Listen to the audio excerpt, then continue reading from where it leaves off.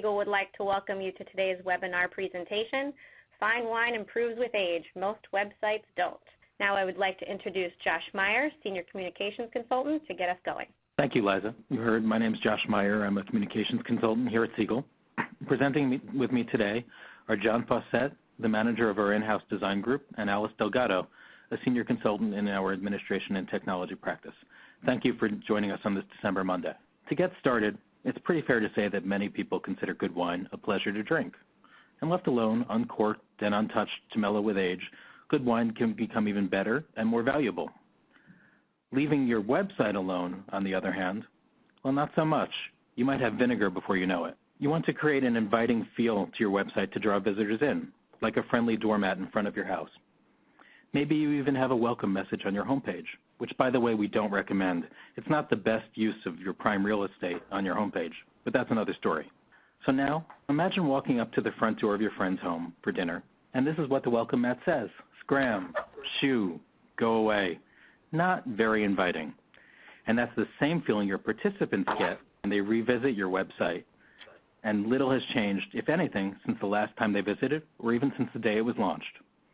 Outdated or unchanged content is very much like greeting your participants by telling them to take a hike.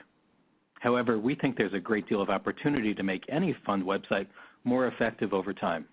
Assuming you already have a benefits website for your fund, let's take a look at what you can be doing to make your site a more inviting place to visit, to stay a while, and to return to.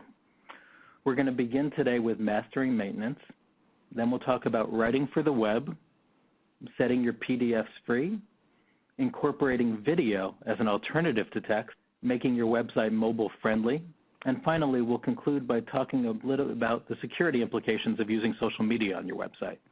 Let's start with mastering maintenance. Before you make any changes to your website, you should take a look at your site's user statistics.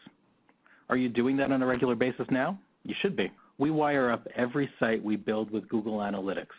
It's free, it's powerful, it's easy to use, and it provides a wealth of valuable information. As you can see from this example on the screen, you can get a variety of helpful stats like how many visits your site is getting, the number of page views, which pages are getting the most views, and how much time users are spending on your site when they visit. Google Analytics also lets you easily compare site statistics across different periods of time.